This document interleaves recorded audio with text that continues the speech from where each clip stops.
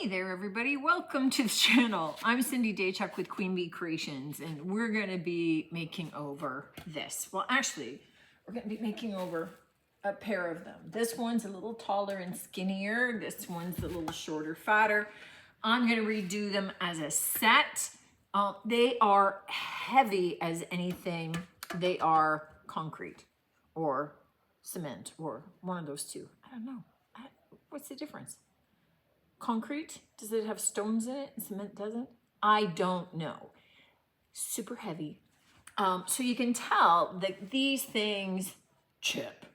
And I thrifted them and we're gonna make them over because they look like heck right now. They are really in bad shape. But because it has all kinds of chips and texture, I'm going to go with that. And I'm going to refinish them with the idea that somebody is going to use them outdoors, right? So becomes part of a grouping of their plants and they can put big planter bowls on top of this. To start with, what I do have is I have a really old jar of linen from Fusion. Old enough that they don't have this color anymore. So it's just like a deep taupey color. They have lots of others that color. And it's pretty thick. It's kind of like putty. So I am going to add a little bit of water to it only because I want to add a little bit of salt wash to this. Now, I just discovered that I happen to have some salt wash still on the shelf. You can use baking soda. You can use the Fusion Fresco powder. I'm using salt wash because I want to use it up. And so, you know, in the spirit of using what you got, I'm using a really old can of paint. And like seriously, look, it's so thick, which is fine for my purposes. I don't need it to get back down to super smooth. I just needed to have enough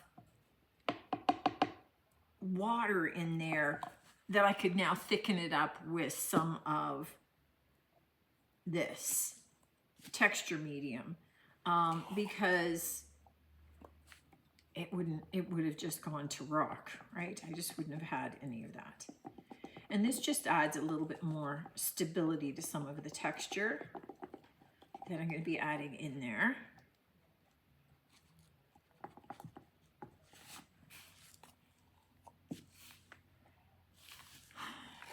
As for number of scoops, I mean, what does this say to do? Mix the salt wash powder to any paint of your choice. The salt wash to paint ratio is about 1 part paint to 1 part salt wash.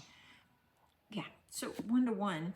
Not so much. It just really depends upon the texture that you're after. So I like adding it in slowly and building. I don't know that I've ever gotten to equal parts, quite honestly, although this one might be close to it now since I added water to loosen that paint up a little bit. So just add little bits and do the same thing if you're using the Fresco powder, if you're using the baking soda. Just add it in slowly until you get the texture you want. If you are stippling to get high peaks and you're maybe cross hatching, you want to have it a little bit thinner than the 1-to-1 ratio. So, you know, I get that they have to give people guidelines and stuff, but recognize that it's guidelines. All right, so I have a whack of this because these are quite big. And you can see that even painting it on is adding some texture. So I'm not looking for huge texture here, but I am looking for it to kind of create a bit of a slightly rough texture. So I'll brush it on first, and then I'll go back in and do a little bit of stippling so that we can play with that texture with our other coats. What I want to do is I want to get this applied to both of them, do a little bit of that stippling, and then I want it to dry thoroughly. I'm using a fusion paint, so I'm using an all-in-one paint strategically because as I add more coats and as I am building up layers here, I really want them all sealed. I want that extra protection of having that slightly more durable paint, since I envision this is going to be used outdoors. Anything that you paint that's going to be used outdoors, the more open it is, meaning that it's sitting right out in direct sun and direct rain, it's going to wear faster. If it is under like a portico or your front porch, which has a bit of an overhang and it's not getting tons of direct sun and it's just getting some rain, it's going to last longer. That just makes sense. Additionally, if you leave them out during the winter, it's going to wear faster as well, certainly here in Canada. So let me get my paint on here. You can see I am only going to need one coat. The coverage is awesome, and I really don't mind some of the black peeking through if it didn't, because we're going to be layering color and black would just add to it. Now that this first coat has dried, and it quite honestly is going to be the longest drying coat of any of the layers that we're going to do because it's fairly thick, it's fairly heavy. What we want to do now is do a couple of little color washes, and we want to get some variation happening here. Now, because this is going to be going outside, when I'm saying a color wash, usually, just looking for a paint key, usually that means that we're diluting our paint with water to thin it out significantly. Because it's going outside, I really don't want to do that. Too much water then mucks around with the sealing properties. In essence, it means it doesn't really seal anymore. And I want to have each of my layers having that sealant protective coat that'll help create and kind of lengthen the durability factor of this. So what I am going to do is I'm going to create a wash using an outdoor sealer. So instead of the water, and this is thicker than water, but it will, there we go, it will act much the same as our wash does. So what we want to do is just mix this in. And so we're going to get that same kind of translucency that we would get with the water. It's going to be a little bit tougher to see with this because this is operating kind of like as a glaze. That white is making it look thicker, but it dries transparent. So it's a little bit different. I have a wet cloth because for this, I'm going to want to apply this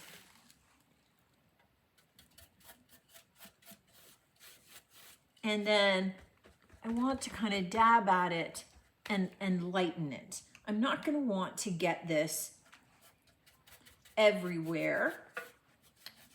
So some places it's going to be thicker and then other places it's going to be more dry brushed because I still have the same thing to do with some other colors. But I'm going to do this all over the entire piece and then I'm going to let it dry. So go kind of for a bit of a mottled look. This next coat is a very pale light gray. So again, I've mixed it up with the outdoor top coat. And for this one, what I'd like to do is a little bit more of just kind of like a quick dry brushed. I want to take advantage of those highs and have it bring out all of those kind of raised details. So again, this is mixed with the top coat, so it's all in essence, sealed too. And we're just going to go for highlighting some of those raised details. This is a quick pic just showing what it looks like after the addition of that light gray. This is the look of our pedestals so far. There's two last things I want to do. I mean, you could stop right here. They look awesome. They look like they are kind of natural weathered concrete. They've got great texture, good depth of color. So just the steps that we did right now, you could stop at. I'm going 2 steps further. So one thing that I have is just a little bit of a black glaze mixed up, exactly the same that we have been doing. And what I'm looking at doing is just adding it into one side of each of these little divots. I don't know what else to call them. And we're just adding a little bit of depth here, a little bit of shadowing. This is my same rag from yesterday. It's got a little bit of dampness. So you can just see it's just a little bit of depth to it. And then I'm going to add like a little in each of those little grooves around this as well. So I'm going to do that around all of it, right? Down in the base here, I'll do a ring of black in here, down in here, here, and then each, just the edging on one side only of this. I'm not doing the whole thing, just one side so it looks like shadowing, okay? Then the other thing I'm doing, I mixed up a teeny tiny little bit of a green glaze, and I've got a fan brush here, and I'm going to offload it a bit, and then I am just going to add this very lightly and very discreetly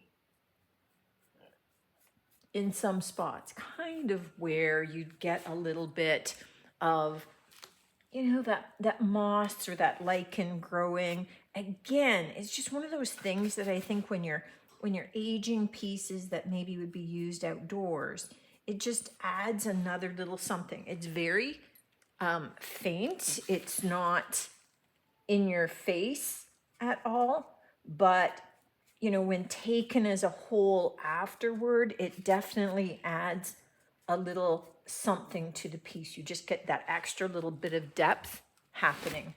So I'm going to do both those things to both of these pedestals, and then they're done, because all of the paints were all-in-one paints, but they were diluted with outdoor sealer. So they're already sealed. Perfect. And these are finished. This is our finished pedestal. It's just so much nicer than it was. The one thing that painting it solid black, all of the detail disappeared. And as soon as we started adding some of the shadowing and a little bit of the green and those layers of paint, they all started to pop. And it just makes it, you know, it's still a neutral piece. It's going to fit into anybody's backyard, but it just makes it far more interesting. This, all told, I would say from mixing the different colored top coats and the salt wash,